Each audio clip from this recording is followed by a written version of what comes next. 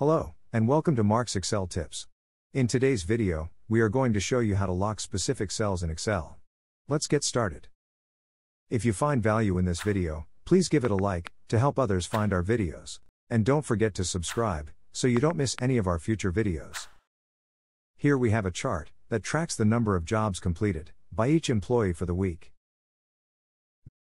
We want to lock only the cells highlighted in light blue, while allowing the numbers in white cells to be edited.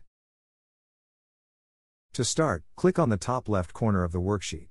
This will highlight all of the cells.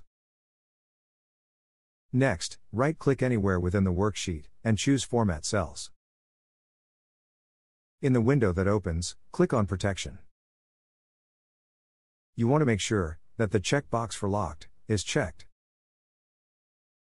Click OK.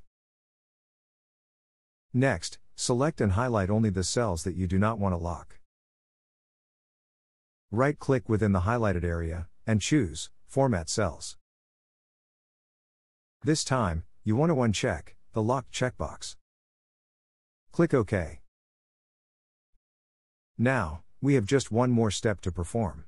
Click on Review. Next, click on Protect Sheet.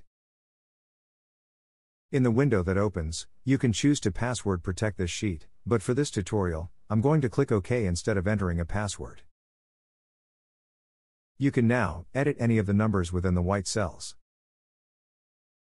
But if you try to edit any cell in the blue shaded areas, you will receive a warning telling you that these are protected. That's it for today's how-to video. If you enjoyed today's video, please give it a thumbs up and subscribe so you don't miss any of our future videos.